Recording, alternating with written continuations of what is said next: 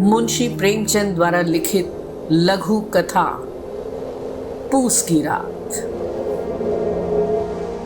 हल्कू ने आकर स्त्री से कहा, सहना आया है, लाओ जो रुपए रखे हैं उसे दे दूं, किसी तरह गला तो छूटे। मुन्नी झाड़ू लगा रही थी, पीछे फिर कर बोली, 3 ही तो रुपए हैं, दे दोगे तो कंबल कहां से आवेगा। माघ पूस की रात हार में कैसे कटेगी। उससे कह दो जी फसल पर दे देंगे, अभी नहीं। हल्कू एक क्षण अनिश्चित दशा में खड़ा रहा। पूस सिर पर आ गया।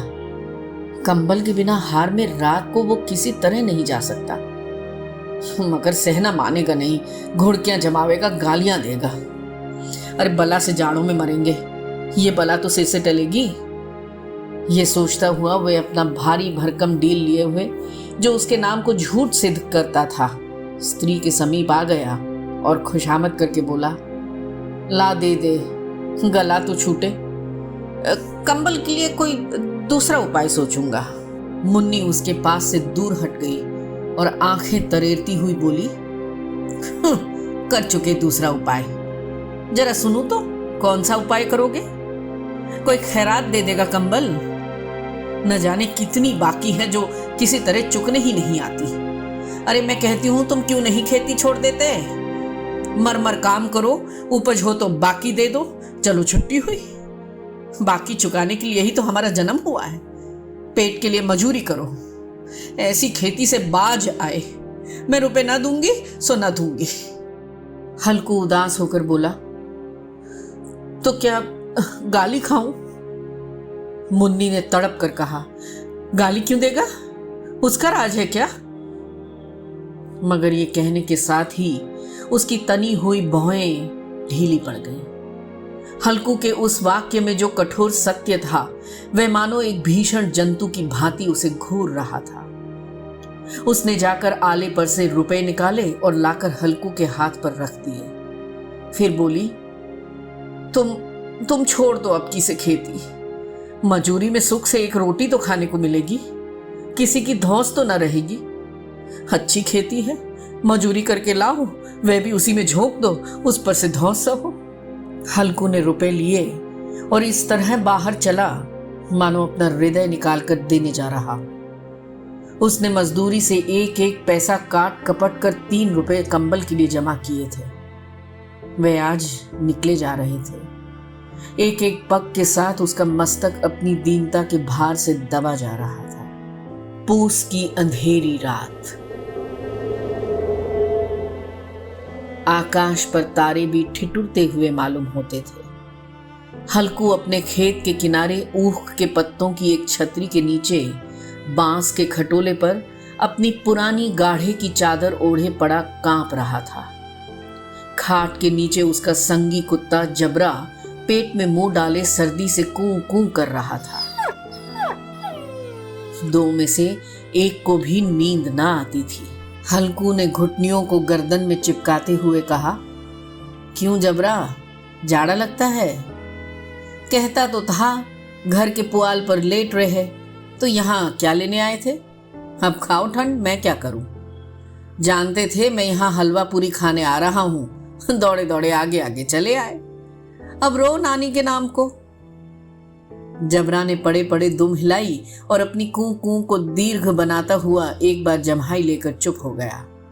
उसकी श्वान बुद्धि ने शायद ताड़ लिया, स्वामी को मेरी कूं कूं से नींद नहीं आ रही है। हल्कू ने हाथ निकालकर जबरा की ठंडी पीठ सहलाते हुए कहा, कल से मत आना मेरे साथ, नहीं तो ठंडे हो जाओगे। ये रान पछवा न जाने कहां से बर्फ लिए आ रही है। उठूं, फिर एक चिलम भरूं, किसी तरह रात तो कटे। 8 चिलम तो पी चुका। ये खेती का मजा है भाई, और एक एक भगवान ऐसे पड़े हैं जिनके पास जाड़ा जाए तो गर्मी से घबरा कर भागे। मोटे मोटे गद्दे, लिहाफ, कंबल, मजाल है जाड़े का गुजर हो जाए। तकदीर की खूबी है, मजदूरी हम करें, हाँ मजा दूसरे लूटे। हल्कू उठा, गड्ढे में से जरा सी आग निकालकर चिलम भरी। जबरा भी उठ बैठा। हल्कू ने चिलम पीते हुए कहा, पिएगा चिलम? जाड़ा तो क्या जाता है, जरा मन बहल जाता है। जबरा ने उसके मुंह की ओर प्रेम से छलकती हुई आंखों से देखा। हल्कू, आज और जाड़ा खा ले, कल से मैं यहां पुआल बिछा दूंगा, उसी में घुसकर बैठना, तब जाड़ा न लगेगा। जबरा ने अपने पंजे उसकी घुटनियों पर रख दिए और उसके मुंह के पास अपना मुंह ले गया। हल्कू को उसकी गर्म सांस लगी। चिलम पीकर हल्कू फिर लेटा और निश्चय करके लेटा कि चाहे कुछ भी हो, अब की सो ही जाऊंगा। पर एक ही क्षण में उसके हृदय में कंपन होने लगा। कभी इस करवट लेटता, कभी उस करवट, पर जाड़ा किसी पिशाच की भांति उसकी छाती को दबाए हुए था।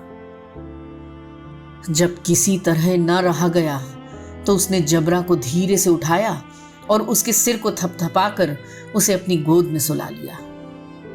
कुत्ते की देह से जाने किसी दुर्गंध आ रही थी, पर वह उसे अपनी गोद से चिपटाए हुए ऐसे सुख का अनुभव कर रहा था जो इधर महीनों से उसे न मिला था। जबरा शायद ये समझ रहा था कि स्वर्ग यही है, और हल्कू की पवित्र आत्मा में तो उस कुत्ते के प्रति घृणा की गंध तक न थी। अपने किसी अभिन्न मित्र या भाई को भी वह इतनी ही तत्परता से गले लगाता। वह अपनी दीनता से आहत न था जिसने उसे आज इस दशा तक पहुंचा दिया। नहीं, इस अनोखी मैत्री ने जैसे उसकी आत्मा के सब द्वार खोल दिए थे और उसका एक एक अणु प्रकाश से चमक रहा था। सहसा जबरा ने किसी जानवर की आहट पाई। इस विशेष आत्मीयता ने उसमें एक नई स्फूर्ति पैदा कर दी थी जो हवा के ठंडे झोंकों को तुच्छ समझती थी। वह झपट कर उठा और छपरी से बाहर आकर भौंकने लगा। हल्कू ने उसे कई बार चुमकार कर बुलाया, पर वह उसके पास ना आया। हार में चारों तरफ दौड़ दौड़ कर भौंकता रहा। एक क्षण के लिए आ भी जाता तो तुरंत ही फिर दौड़ता। कर्तव्य उसके हृदय में अरमान की भांति ही उछल रहा था। 1 घंटा और गुजर गया। रात ने शीत को हवा से धधकाना शुरू किया। हल्कू उठ बैठा और दोनों घुटनों को छाती से मिलाकर सिर को उसमें छुपा लिया। फिर भी ठंड कम न हुई। ऐसा जान पड़ता था सारा रक्त जम गया है, धमनियों में रक्त की जगह हिम बह रहा है। उसने झुककर आकाश की ओर देखा। अभी कितनी रात बाकी है। सप्तर्षि अभी आकाश में आधे भी नहीं चढ़े। ऊपर आ जाएंगे तब कहीं सवेरा होगा। अभी पहर से ऊपर रात है। हल्कू के खेत से कोई 1 गोली के टप्पे पर आमों का एक बाग था। पतझड़ शुरू हो गई थी। बाग में पत्तियों को ढेर लगा हुआ था। हल्कू ने सोचा चलकर पत्तियां बटोरूं और उन्हें जलाकर खूब तापूं। रात को कोई मुझे पत्तियां बटोरते देख तो समझे कोई भूत है। कौन जाने कोई जानवर ही छिपा बैठा हो। मगर अब तो बैठे नहीं रहा जाता। उसने पास के अरहर के खेत में जाकर कई पौधे उगाड़ लिए और उनका एक झाड़ू बनाकर हाथ में सुलगता हुआ उपला लिए बगीचे की तरफ चला। जबरा ने उसे जाते देखा तो पास आया और दुम हिलाने लगा। हल्कू ने कहा, अब तो नहीं रहा जाता जबरू, चलो बगीचे में पत्तियां बटोर कर तापें। टांठे हो जाएंगे तो फिर आकर सोएंगे, अभी तो बहुत रात है। जबरा ने कूं कूं करके सहमति प्रकट की और आगे आगे बगीचे की ओर चला। बगीचे में खूब अंधेरा छाया हुआ था और अंधकार में निर्दय पवन पत्तियों को कुचलता हुआ चला जाता था।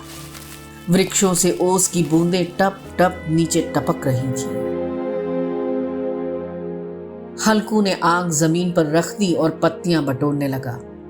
जरा देर में पत्तियों का ढेर लग गया। हाथ ठिठुरे जाते थे, नंगे पांव गले जाते थे और वह पत्तियों का पहाड़ खड़ा कर रहा था। इसी अलाव में वह ठंड को जलाकर भस्म कर देगा। थोड़ी देर में अलाव जल उठा। उसकी लौ ऊपर वाले वृक्ष की पत्तियों को छू छू कर भागने लगी। उस अस्थिर प्रकाश में बगीचे के विशाल वृक्ष ऐसे मालूम होते थे मानो उस अथाह अंधकार को अपने सिरों पर संभाले हुए हों। अंधकार के उस अनंत सागर में यह प्रकाश एक नौका के समान हिलता मचलता हुआ जान पड़ता। हल्कू अलाव के सामने बैठा आग ताप रहा था। एक क्षण में उसने दोहर उतारकर बगल में दबा ली, दोनों पांव फैला दिए मानो ठंड को ललकार रहा हो। तेरे जी में जो आए सो कर। ठंड की असीम शक्ति पर विजय पाकर वह विजय गर्व को हृदय में छिपा न सकता था। पत्तियां जल चुकी थी, बगीचे में फिर अंधेरा छा गया था। राख के नीचे कुछ कुछ आग बाकी थी जो हवा का झोंका आ जाने पर जरा जाग उठती थी, पर एक क्षण में फिर आंखें बंद कर लेती थी। हल्कू ने फिर चादर ओढ़ ली और गर्म राख के पास बैठा हुआ एक गीत गुनगुनाने लगा। उसके बदन में गर्मी आ गई थी, पर ज्यों-ज्यों शीत बढ़ती जाती थी उसे आलस्य दबाए लेता था। जबरा जोर से भौंककर खेत की ओर भागा। हल्कू को ऐसा मालूम हुआ कि जानवरों का एक झुंड खेत में आया है। शायद नील गायों का झुंड था। उनके कूदने दौड़ने की आवाजें साफ कान में आ रही थी। फिर ऐसा मालूम हुआ कि खेत में चल रही हैं। उनके चबाने की आवाज चर चर सुनाई देने लगी। उसने दिल में कहा, नहीं, जबरा के होते कोई जानवर खेत में नहीं आ सकता। नोच ही डाले, मुझे भ्रम हो रहा है। कहाँ, अब तो कुछ भी नहीं सुनाई देता। मुझे भी कैसा धोखा हुआ। उसने जोर से आवाज लगाई, जबरा, जबरा, पर जबरा भौंकता रहा, उसके पास ना आया। फिर खेत के चरे जाने की आहट मिली। अब वह अपने को धोखा न दे सका। उसे अपनी जगह से हिलना जहर लग रहा था। कैसा दंदाया हुआ था। इस जाड़े पाले में खेत में जाना, जानवरों के पीछे दौड़ना असहनीय जान पड़ा। वह अपनी जगह से ना हिला। उसने जोर से आवाज लगाई। जबरा फिर भौंक उठा। जानवर खेत चर रहे थे। फसल तैयार है, कैसी अच्छी खेती थी, पर ये दुष्ट जानवर उसका सर्वनाश किए डालते हैं। हल्कू पक्का इरादा करके उठा और 2-3 कदम चला, पर एकाएक हवा का ऐसा ठंडा चुभने वाला बिच्छू के डंक का सा झोंका लगा कि वह फिर बुझते हुए अलाव के पास आ बैठा और राख को कुरेद कर अपनी ठंडी देह को गरमाने लगा। जबरा अपना गला फाड़ डालता था। नील गायें खेत का सफाया किए डालती थी और हल्कू गर्म राख के पास शांत बैठा हुआ था। अकर्मण्यता ने रस्सियों की भांति उसे चारों तरफ से जकड़ रखा था। उसी राख के पास गर्म जमीन पर वह चादर ओढ़कर सो गया। सवेरे जब उसकी नींद खुली तब चारों तरफ धूप फैल गई थी और मुन्नी कह रही थी, क्या आज सोते ही रहोगे? तुम यहां आकर रम गए और उधर सारा खेत चौपट हो गया। हल्कू ने उठकर कहा, क्या तू खेत से होकर आ रही है? मुन्नी बोली, हाँ, सारे खेत का सत्यानाश हो गया। भला ऐसा भी कोई सोता है? तुम्हारे यहां मड़ैया डालने से क्या हुआ? हल्कू ने बहाना किया, अरे मैं मरते मरते बचा, तुझे अपने खेत की पड़ी है। पेट में ऐसा दर्द हुआ कि मैं ही जानता हूं। दोनों फिर खेत की डांड पर आए। देखा सारा खेत रौंदा पड़ा हुआ है और जबरा मड़ैया के नीचे चित्त लेटा है, मानो प्राण ही न हो। दोनों खेत की दशा देख रहे थे। मुन्नी के मुख पर उदासी छाई थी, पर हल्कू प्रसन्न था। मुन्नी ने चिंतित होकर कहा, अब मजदूरी करके माल गुजारी करनी पड़ेगी। हल्कू ने प्रसन्न मुख से कहा, रात को ठंड में यहां सोना तो न पड़ेगा।